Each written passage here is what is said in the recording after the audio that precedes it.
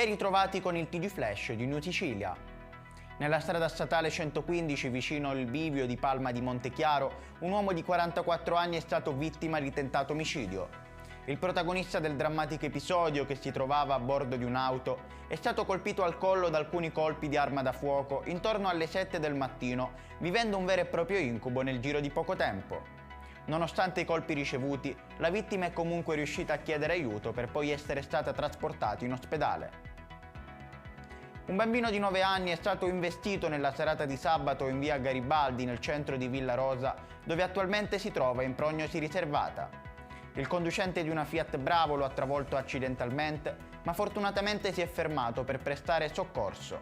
Il bambino è stato trasportato in olisoccorso in ospedale di Catania e i carabinieri sono intervenuti sul posto. La Polizia di Stato è intervenuta per arrestare un uomo di Palermo che stava causando problemi, accusato di resistenza a pubblico ufficiale e danneggiamento. L'uomo ha iniziato a chiedere soldi in modo sempre più insistente ai clienti del bar di Piazza Massimo. Il proprietario del bar ha deciso di intervenire per allontanarlo, ma ciò ha scatenato l'ira da parte dell'uomo, che ha poi preso molte bottiglie di vetro dai cestini della zona, lanciandole sul balcone del bar.